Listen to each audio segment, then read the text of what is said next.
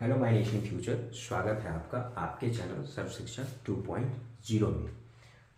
हम लोगों ने पिछले लेक्चर में क्या डिस्कस किया था? तो पिछले लेक्चर में डिस्कस किया था रेगुलेटिंग एक्ट 1773। ठीक है, ये एक्ट क्या था?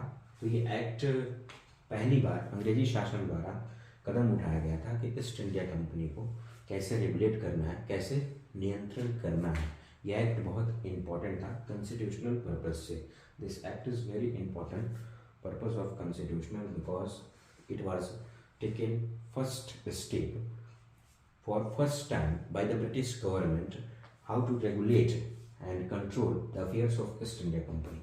ठीक है, फीचर्स क्या थे इस एक्ट के, विशेषताएं क्या थी इस एक्ट के? तो इस एक्ट की जो विशेषताएं थी, पहली विशेषता क्या थी? तो पहली विशेषता ये थी कि गवर्नर ऑफ बंगाल को गवर्नर जनरल ऑफ बंगाल कर दिया गया था। ठीक है, it designated governor of Bengal as a governor general of Bengal. ठीक है, और क्या किया गया था? एग्जीक्यूटिव काउंसिल बनाई गई थी। एग्जीक्यूटिव काउंसिल बनाई गई थी 4 सदस्यों का, 4 मेंबर्स का एग्जीक्यूटिव काउंसिल बनाई गई थी उनकी मदद करने के लिए गवर्नर जनरल को। And created executive council of 4 member to assist him. ठीक है, उनकी मदद के लिए 4 सदस्यों का एक एग्जीक्यूटिव काउंसिल बनाया गया। एग्जीक्यूटिव किसको कहते हैं? एग्जीक्यूटिव का वर्क क्या होता है? तो आप लोगों ने सुना होगा कि भारत सरकार के, इंडियन गवर्नमेंट के 3 अंग होते हैं, 3 बॉडी होते हैं। The first legislature, second executive and third judiciary. Legislature क्या करता है कि लॉ इनेक्ट करता है, अधिनियम बनाता है। ठीक है, एग्जीक्यूटिव क्या करता है? उसको इम्प्लीमेंट कराता है। और जुडिशरी क्या करता है? उस लॉ और अधिनियम और किसी भी ह्यूमन राइट्स को अगर वो लॉ वायलेशन करता है, उसके अगेंस्ट में होता है, वायलेट करता है, तो जुडिशरी उसको बात करता है फिर। ठीक है, तो एग्जीक्यूटिव इसीलिए बनाया गया था। उसके बाद क्या किया गया था? इसकी अगली फीचर्स क्या थी? बॉम्बे और मद्रास प्रेसिडेंसी के गवर्नर को इनके सबॉर्डिनेट कर दिया गया था, अधीन कर दिया गया था, इनके नीचे कर दिया गया था, इनके अंडर में कर दिया गया था। उसके बाद अगली फीचर्स क्या थी? अगली फीचर्स ये थी कि सुप्रीम कोर्ट का एस्टेब्लिशमेंट हुआ। Establishment of supreme court by the regulating act 1773 in 1774। Supreme court का कब एस्टेब्लिशमेंट हुआ? इस रेगुलेटिंग एक्ट 1773 के माध्यम से 1774 में, 1774 में। ठीक है, उसके बाद क्या हुआ था? उसके बाद ये हुआ था कि कहाँ सुप्रीम कोर्ट बना था? कलकत्ता में बना था। उसके बाद क्या किया गया था? उसके बाद जो अंग्रेजी शासन में वर्कर थे, जो सर्वेंट थे, जो सरकारी नौकर थे, उनको मना कर दिया गया कोई भी घूस लेने से। ठीक है, और कोई भी प्राइवेट ट्रेड करने से।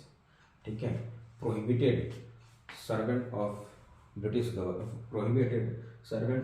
Government do not engage in any type of trades and do not take any type of bribes from natives।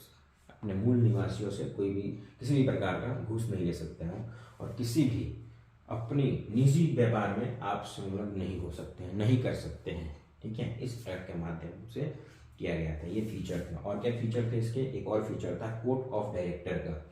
Court of director बनाया गया था इसमें। वो क्या करता था? वो रिपोर्ट करता था। किस मामले में करता था? वो रिपोर्ट करता था पॉलिटिकल मामले में, यानी सिविल और मिलिट्री अफेयर्स में वो रिपोर्ट करता था कि सिविल की समस्याएं क्या हैं, मिलिट्री अफेयर्स, रेवेन्यू क्या क्या आ रही हैं एडमिनिस्ट्रेटिव से, वो सारी कामों को वो देखता था कोर्ट ऑफ डायरेक्टर। ठीक है, उसके बाद ये नेक्स्ट एक्ट लाया गया, act of settlement. Act of settlement लाया गया। इस एक्ट के लाने के पीछे कारण क्या था? What is reason behind it to came that this act of settlement 1781। इस एक्ट के लाने के पीछे कारण ये था कि रेगुलेटिंग एक्ट में आप लोगों ने सुना था कि सुप्रीम कोर्ट की स्थापना हुई थी, बस बट उसकी पावर जो थी, पावर नहीं बताया गया था कि उसके पास पावर कितनी होगी। ठीक है, बस उसकी इस्टेब्लिशमेंट हुई थी। लेकिन सुप्रीम कोर्ट उसके बावजूद भी अपनी पावर दिखा रहा था। ठीक है, गवर्नर जनरल को जब भी किसी बिल पर डिस्कस करना था, या कोई बिल पास करना था, या कोई पॉलिटिकल या एडमिनिस्ट्रेटिव फंक्शन पर डिस्कस करना था, तो उनको आदेश लेना पड़ता था सुप्रीम कोर्ट से। सुप्रीम कोर्ट बीच में आ जाता था, और सुप्रीम कोर्ट जब बीच में आ जाता था तो ये लोग जो थे सुप्रीम कोर्ट से परेशान हो गए थे। सुप्रीम कोर्ट हर बार कुछ ना कुछ करता ही था बीच में। ठीक है, हर बार डिस्टर्ब कर देता था। ठीक है। तो ये लोग परेशान हो चुके थे, तो इसीलिए इस एक्ट को लाया गया। इस एक्ट का लाने का पर्पज यही कारण था, एस्टेब्लिशमेंट सिस्टम ऑफ कोर्ट, इसमें एक दूसरा कोर्ट बनाना था, ठीक है। और remove grievances against the supreme court, और जो शिकायतें हैं सुप्रीम कोर्ट के विरुद्ध में उसको दूर करना था, उसको हटाना था, ठीक है। उसके बाद अगला क्या कारण था, अगला इस एक्ट में क्या किया गया, यही मेन कारण था, ठीक है, यही मेन कारण था। अगला इसमें जब ये सारी चीज़ें हो गई तो क्या किया गया, गवर्नर जनरल और सर्वेंट ऑफ गवर्नमेंट को छूट दे दिया गया। Governor general and servant of government were exempted, ठीक है, EXEMPTED एग्जेम्प्टेड, ठीक है, छूट दे दिया गया कि आप अपने मर्जी से जो मन में वो कर सकते हैं, ठीक है। मतलब कि they do anything without order of supreme court, ठीक है। और इसमें क्या किया गया, give empower of for law making British Bengal और उड़ीसा, लॉ मेकिंग, लॉ बनाने का, कानून बनाने का इसमें शक्तियाँ प्रदान कर दी गई, ठीक है। उसके बाद अगला एक्ट आया पिट्स इंडिया एक्ट 1784, ठीक है, distinguish commercial and political function of the company. इसमें क्या किया गया, commercial company, east India company के व्यापारिक कार्य और राजनीतिक कार्य जो थे उनको अलग कर दिया गया, ठीक है। और इसमें 2 बॉडी बनाई गई, अलाउ मेक अ 2 बॉडी, ठीक है। पहला कोर्ट ऑफ डायरेक्टर, ये तो रेगुलेटिंग एक्ट में भी था, इसको सेम टू सेम वहाँ से उठाया गया, यहाँ रख दिया गया कोर्ट ऑफ डायरेक्टर, ठीक है। बस इसमें थोड़ा सा चेंज किया गया। ये रेगुलेटिंग एक्ट में कोर्ट ऑफ डायरेक्टर का काम क्या था, ये पॉलिटिकल अफेयर देखते थे। इसमें क्या करते हैं, इसमें ये पॉलिटिकल अफेयर भी देखते थे और ये कमर्शियल अफेयर भी देखते थे रेगुलेटिंग एक्ट में, ठीक है। लेकिन इसमें क्या करते हैं, इसमें केवल कमर्शियल अफेयर ये देखते हैं, ठीक है। और दूसरी जो बॉडी बनाई गई बोर्ड ऑफ कंट्रोल, ये क्या करने लगा, ये पॉलिटिकल अफेयर देखने लगा, ठीक है।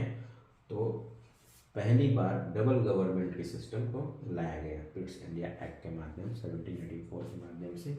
ये सिग्निफिकेंट क्यों था, तो सिग्निफिकेंट इसलिए था क्योंकि first time British possession in India, पहली बार भारत में ब्रिटिश अपने क्षेत्राधिकार को बढ़ा रहे थे और supreme control British government on administration of India, और पहली बार भारत में इनकी प्रशासनिक नियंत्रित सर्वोच्च के माध्यम से सर्वोच्च कंट्रोल, सर्वोच्च नियंत्रण हो चुका था भारत के प्रशासनिक मामलों में, ठीक है। तो ये आज हम लोगों ने 2 एक्ट को डिस्कस किया, ठीक है। और कल हम लोग और भी एक्ट डिस्कस करेंगे, ठीक है। यूपीएससी के पर्पज से देखें तो इसको आपको एक सरसरी निगाहों से देखना है, जानना है आपको, क्योंकि जब आप शुरू से सारी चीज़ों को जानोगे तो आपको पता चलेगा कि इसके वजह से ये चीज़ हुआ था, ठीक है। डायरेक्ट स्किप करके यूपीएससी वाले ही टॉपिक पढ़ने लगोगे तो फिर समझ में नहीं आएगा कि हुआ क्या था, क्रोनोलॉजी क्या था, नहीं समझ में आएगा। तो क्रोनोलॉजी से आपको जानना पड़ेगा, ठीक है। तो ये आज 2 टॉपिक हम लोग डिस्कस किए और नेक्स्ट वीडियो में और भी एक्ट डिस्कस करेंगे, ठीक है। उसके बाद धीरे धीरे आगे हम लोग पढ़ते चलेंगे, ठीक है। क्योंकि आप लोगों ने एक कहावत सुनी होगी, बूंद बूंद से तालाब भरता है। तो धीरे धीरे ऐसे ही छोटे छोटे लेक्चर में हम लोग बहुत कुछ पढ़ जाएंगे, ठीक है। और तो आप लोग से रिक्वेस्ट है कि सर्व शिक्षा 2.0 को सब्सक्राइब करें, शेयर करें। मिलेंगे अगले वीडियो में, अपना आप लोग ख्याल रखिए। जय हिंद, थैंक यू।